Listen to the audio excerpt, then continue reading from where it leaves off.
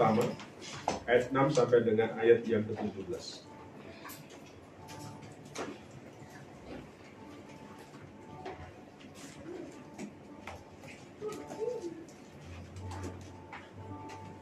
Kisah Rasul pasal yang pertama ayat 6 sampai dengan ayat yang ke-11.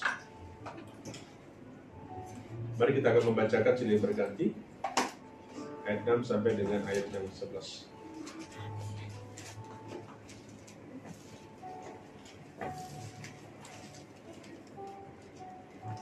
Dikatakan demikian firman Tuhan secara bergantian ya.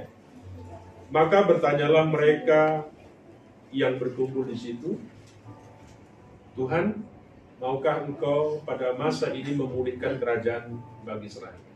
Jawabnya, Engkau tidak perlu mengetahui masa dan waktu yang ditetapkan Bapa sendiri menurut kuasanya. Tetapi kamu akan menerima kuasa kalau Roh Kudus turun ke atas kamu, dan kamu akan menjadi saksiku di Yerusalem dan di seluruh Yudea dan Samaria dan sampai ke ujung bumi. Sesudah ia mengatakan demikian, terangkatlah ia disaksikan oleh mereka, dan awan menutupnya dari pandangan mereka. Ketika mereka sedang menatap ke langit, waktu ia naik itu, tiba-tiba berdirilah dua orang yang berpakaian putih dekat mereka. Dan berkata kepada mereka, hai orang-orang Galilea, mengapakah kamu berdiri melihat ke langit? Yesus ini yang terangkat ke surga meninggalkan kamu, akan datang kembali dengan cara yang sama seperti kamu melihat dia naik ke surga. Amin. Bapak Ibu, bagi kita orang-orang Kristen itu jangan lupa ada beberapa hari raya ya. Ada 5 hari raya dalam Kristen ya. Nah, salah satunya adalah hari raya kenaikan ya. Bukan lagi saya melihat bukan lagi di kalender itu kelahiran kenaikan Isa Al-Masih, tetapi sudah diganti kenaikan Tuhan Yesus. Itu lebih jelas ya. Hari itu merupakan salah satu hari raya orang Kristen, hari raya kenaikan Tuhan Yesus ya. Dan biasanya kalau hari raya itu meriah, kira-kira gitu ya. Hari raya seharusnya meriah seperti itu ya. Nah, Bapak Ibu saudara kasih Tuhan, kalau kita membaca bagian firman Tuhan ini, saya melihat ada beberapa yang dituliskan dalam Alkitab, khusus dalam kitab Injil, ada beberapa yang cukup panjang, ada yang 1 ayat saja, tetapi ada yang dijelaskan di Kisah Rasul itu yang agak sedikit komplit seperti itu. Nah, saya tidak ingin membicarakan yang lain. Saya ingin lebih fokus membicarakan tentang kenaikan daripada Tuhan Yesus.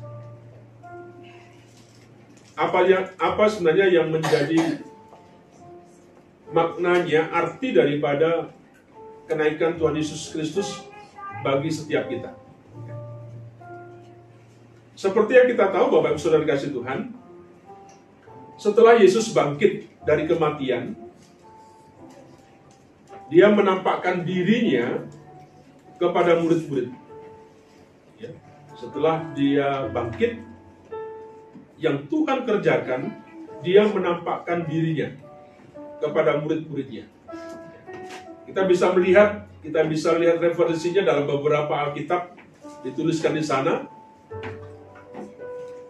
Kepada wanita di dekat makam, pada pagi-pagi hari mereka datang ke kubur Yesus, Maria Magdalena dan rekan-rekannya yang lain. Di situ Yesus menampakkan diri kepada mereka. Kepada murid-muridnya yang lain, tidak hanya kepada perempuan, tetapi kepada murid-muridnya yang lain.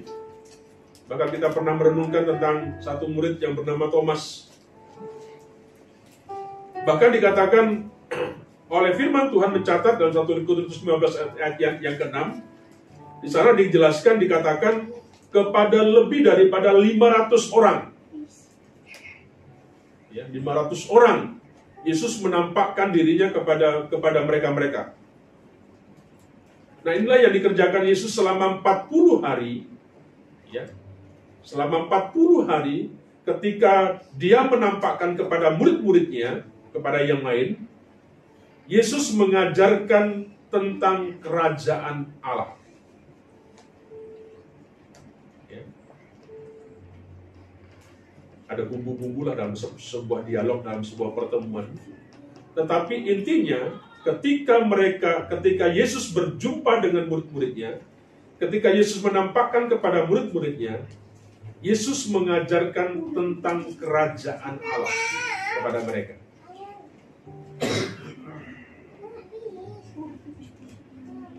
Dan pembacaan kita hari ini, setelah 40 hari setelah kebangkitannya, ya, Yesus dikatakan di situ mengajak murid-muridnya untuk pergi ke Bukit Zaitun dekat Yerusalem.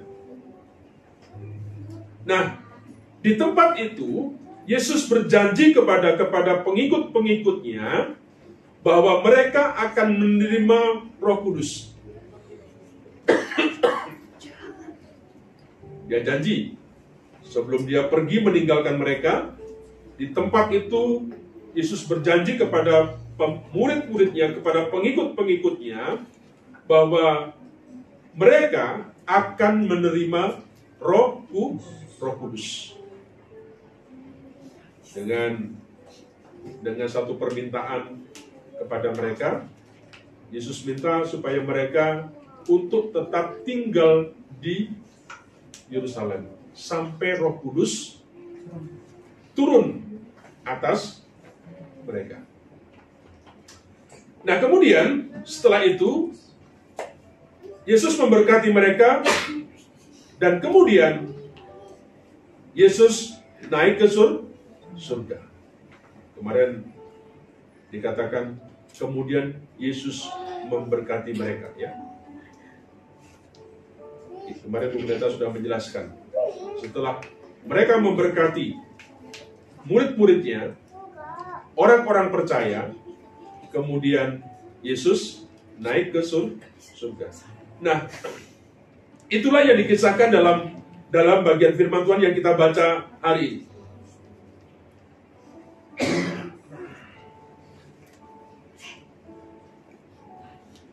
Dengan jelas Bapak Ibu Saudara dikasih Tuhan, tertulis dalam Alkitab bahwa kenaikan Yesus itu secara sungguh-sungguh terjadi apa adanya. Ya, dengan tubuh fisiknya kembali ke surga. Menjadi sebuah perdebatan seperti itu. Apakah waktu Yesus naik ke surga itu dengan tubuh fisiknya apakah fisik yang duniawi atau fisik yang kemuliaan?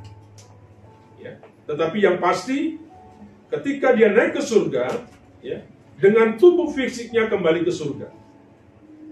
Dia tidak hanya wujudnya roh seperti itu, tetapi tubuh fisiknya kembali ke surga. Ya. Dia naik dari tanah secara perlahan terlihat jelas, dan itu disaksikan banyak orang. Nah, diceritakan di sana ketika murid-murid yang sedang menatap ke langit, dia berusaha melihat Yesus. Ya, kalau semakin tinggi, ya semakin naik, tentunya semakin kecil seperti itu. Sampai kemudian awan menutupi Yesus dari pandangan mereka. Ketika murid-murid melihat, menatapnya, sampai rasanya kayak orang langoh begitu kan. Alkitab menulis dalam ayat 11 tadi, kisah Rasul 1:11 dikatakan, maka dua malaikat muncul dan berjanji bahwa Yesus Kristus akan kembali sama seperti ketika kamu melihatnya naik ke surga. Ya. Jadi murid-muridnya masih melihat ke atas, kemudian datanglah, diceritakan, dua malaikat kemudian muncul dan dia berjanji, ya, bahwa Yesus Kristus akan kembali, ya, sama seperti ketika kamu melihatnya naik ke surga.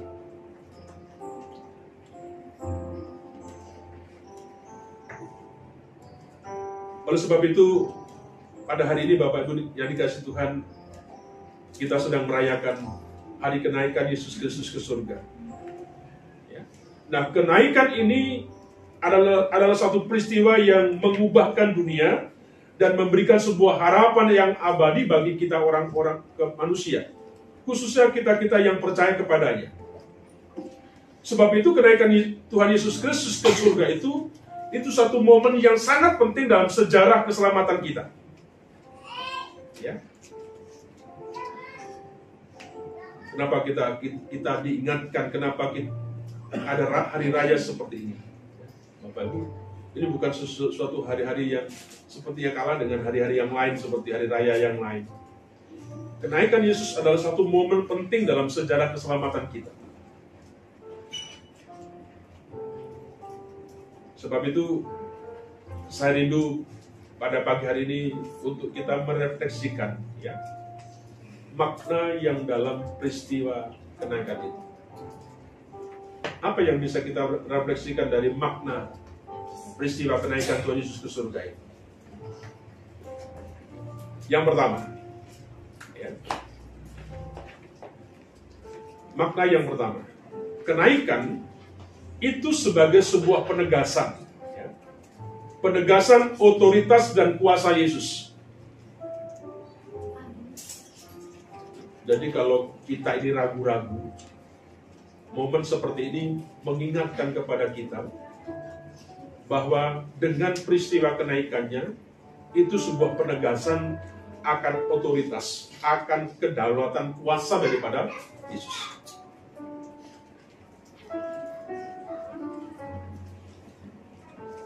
Jadi kita berharap dengan hari raya seperti ini menjadi sebuah momen yang sangat penting bagi kita orang-orang percaya. Dikatakan setelah Yesus bangkit, Yesus naik ke surga, dan di sana dikatakan firman Tuhan apa? Duduk di sebelah kanan Allah Bapa. Ya. Allahmu, Tuhanmu yang engkau sembah, mengingatkan kepada kita ketika dia naik, dia tidak tinggal di mana-mana. Dia tinggal di sebelah kanan Allah Bapa. Apa maksudnya di sini Bapak Ibu? Ini menegaskan kepada kita bahwa Yesus adalah Raja segala raja. Dia Tuhan segala Tuhan.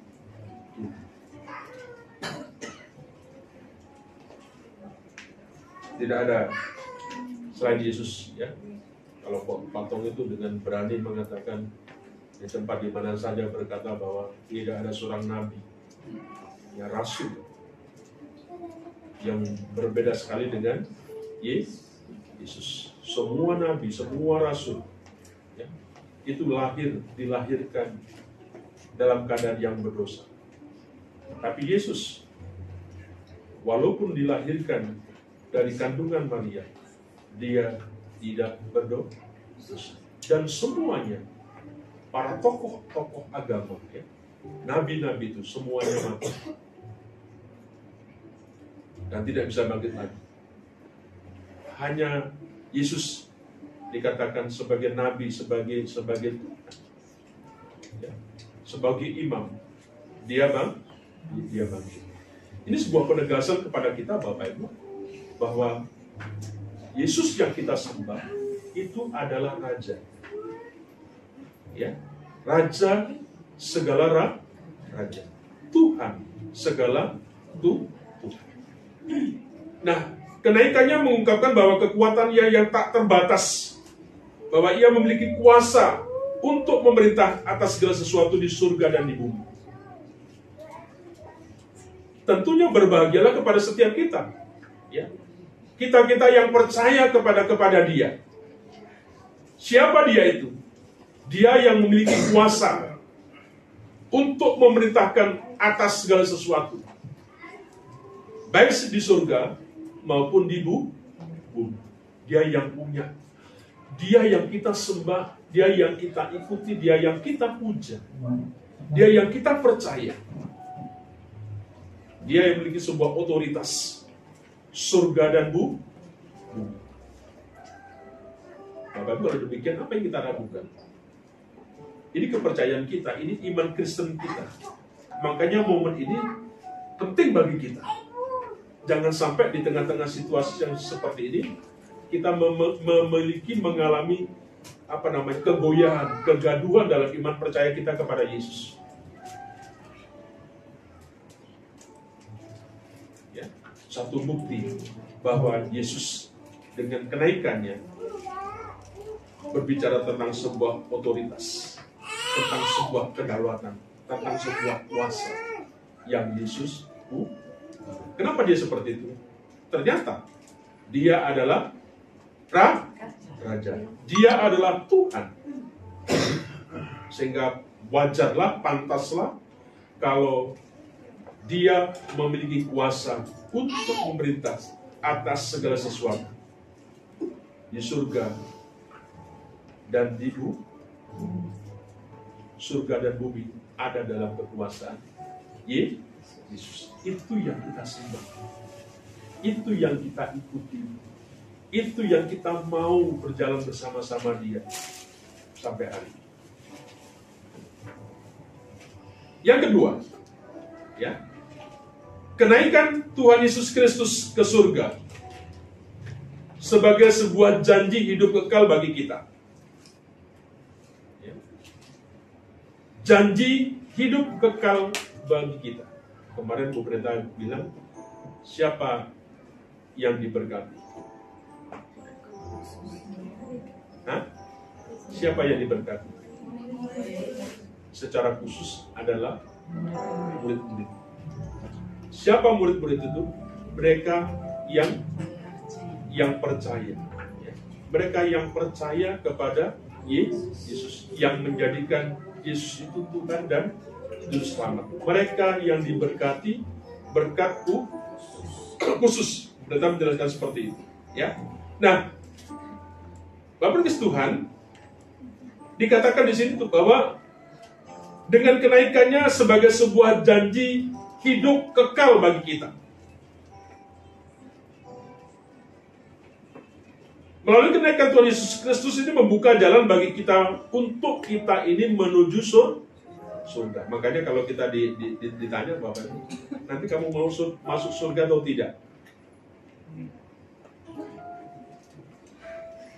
Hah? Kalau engkau ditanya orang, apakah nanti engkau masuk surga atau tidak? Hah?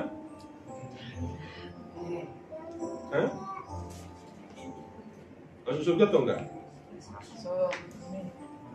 Hah? Ragu. Ya, karena kita sadar diri, kita tahu diri gitu loh. Masa model kayak saya begini, percaya begini, saya masuk surga, kira-kira begitu kan? Tapi yang pasti Bapak Ibu mengingatkan kepada kita, Yesus sudah membuka jalan bagi kita untuk menuju surga. Sudah membuka jalan. Sekarang tinggal kita. Apakah kita mengikuti, mau ikut ke surga? Pilihannya kepada kita. Tetapi dia sudah membuka jalan bagi kita untuk menuju surga. Dia naik pergi untuk mempersiapkan tempat bagi kita, ya, orang-orang yang mempercayainya.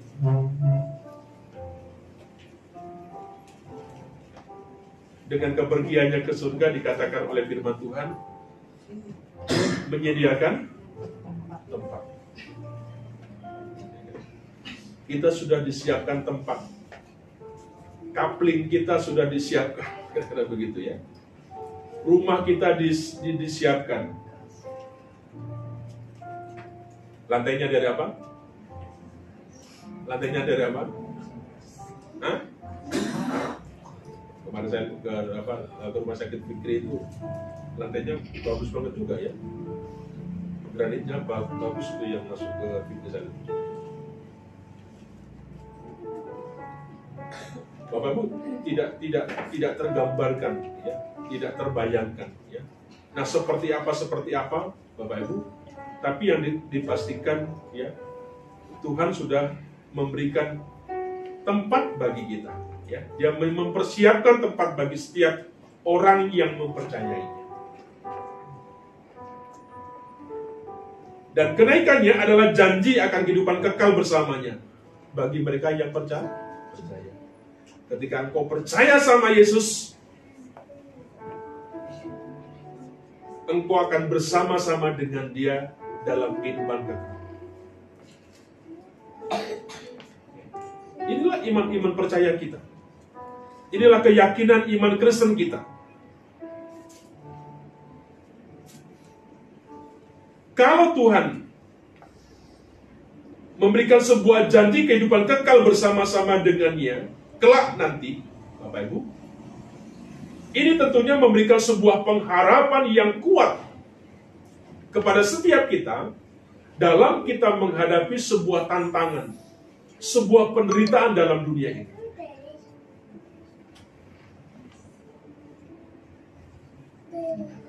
Ada sebuah postingan, sebuah perenungan yang bagus, Bapak Ibu.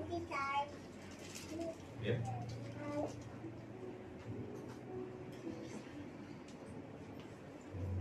Kalau kita seringkali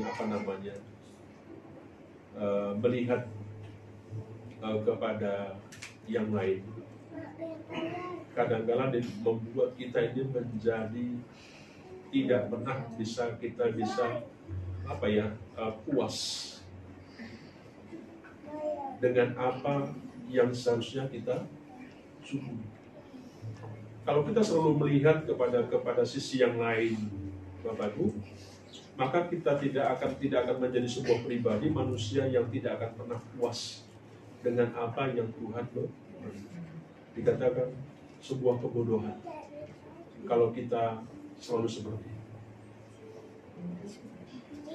Kenapa? Hari Rabu kemarin kita sharing, Bapak, karena kita sadar satu dengan yang lain sebenarnya kita ada kekurangan. Kita lupa bahwa kita ini juga kurang. Kita lupa kalau sebenarnya kita tidak baik. Kita lupa bahwa kita seringkali juga melanggar apa yang menjadi perintah Tuhan.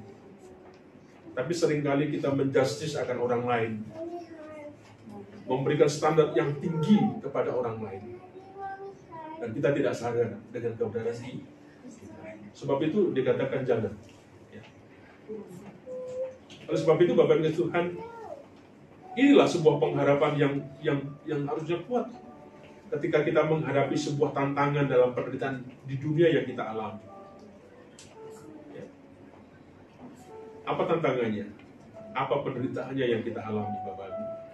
Lihat sebuah kehidupan kekal yang nanti kita bersama-sama dengan Tuhan. Anak muda kemarin waktu persekutuan gabungan diingatkan, jangan sampai anak muda ini kehilangan hak suhu, jangan sampai kemudian menjual Tuhan Yesus karena sesuatu. Dipastikan engkau tidak akan bersama-sama dengan Tuhan Yesus di kekekalan. Ya. Di kekekalan kita akan bisa bersama dengan Yesus ketika engkau percaya, engkau terus setia sampai kemudian kita mati. Kita akan bersama-sama dengan Bapak Ibu. Ini sebuah pengharapan yang harusnya memampukan kita dalam kita menghadapi semua tantangan, semua penderitaan yang kita alami di tengah-tengah dunia ini. Ingat, Bapak Ibu, bahwa kita ini tidak hanya hidup, ya, di dunia ini. Ingat ya, kita tidak hanya hidup untuk dunia ini, tetapi kita memiliki sebuah tujuan yang lebih tinggi, ya, dan kehidupan yang abadi untuk menanti kita, apa itu? Di sini. Sebab itu, mari fokus kita jangan hanya melulu dunia ini.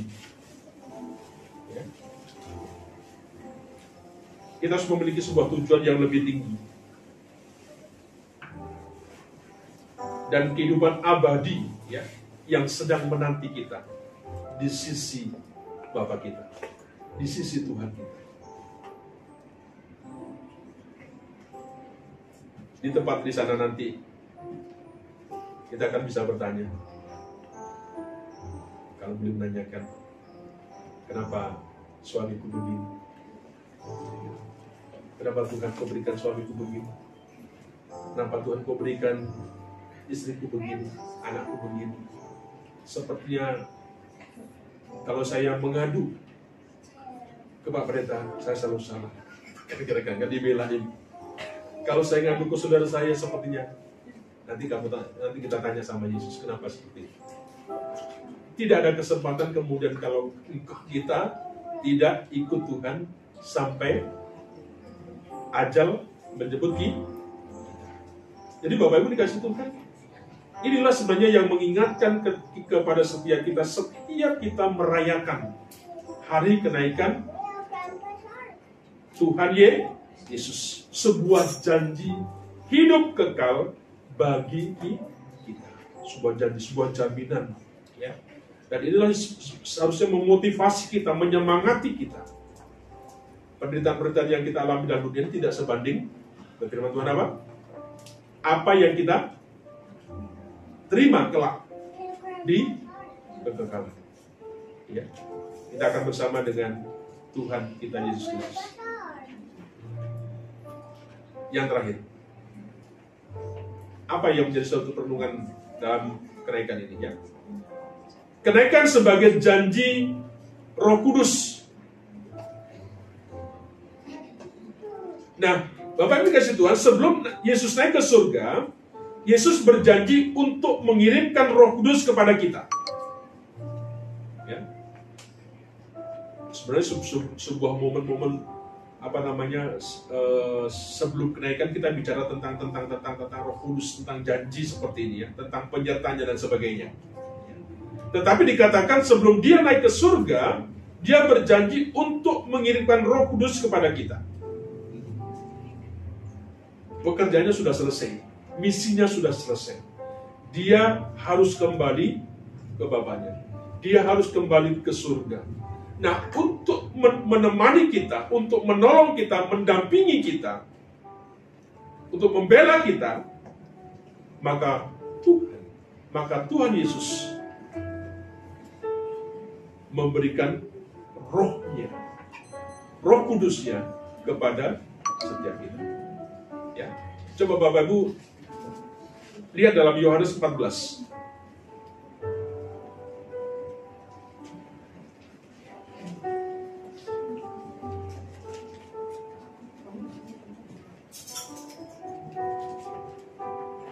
Ayat 16. 15-16. Ya. Yohanes 15 ayat 16.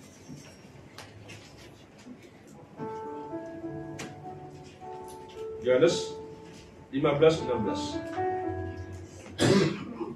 Di sana dikatakan apa? 15-16. Kalau kamu mengasihi aku, kamu akan memenuhi segala perintahku. Aku akan meminta kepada Bapa dan Ia akan memberikan kepadamu seorang penolong yang lain supaya Ia menyertai kamu selama-lamanya. Iya. Apa sebenarnya? Aku akan minta kepada Bapa dan Ia akan memberikan kepadamu seorang penolong yang lain supaya Ia menyertai kamu selama-lamanya. Siapa yang dimaksud di sini? Penolong. Kepadamu seorang penolong yang lain supaya Ia menyertai kamu selama-lamanya. Ya. Yang dimaksud adalah Roh Kudus. Ya. Aku akan pergi kepada Bapa, ya. Semata-mata supaya Roh Kudus akan diberikan kepada kita. Jadi siapa Roh Kudus itu? Roh Kudus itu adalah pembela kita, ya. Roh Kudus itu adalah penolong kita, ya. Roh Kudus adalah penerang kita, ya. Oleh sebab itu, kalau Roh Kudus, kalau Tuhan Yesus tidak naik, Bapak Ibu, maka proses ya kedatangan daripada Roh Kudus itu belum perlu. Kenapa? Karena masih ada Yesus. Ada Yesus yang akan menjadi pembela kita, yang akan menjadi penolong kita. Tetapi karena tidak ada, dia kembali ke surga, makanya mengirimkan Roh Kudus untuk membela, untuk menolong, untuk menerangi kita. Tujuannya apa, Bapak Ibu? Semua untuk memberikan kita kekuatan, untuk memberikan kita hikmat, untuk memberikan kita sebuah penghiburan.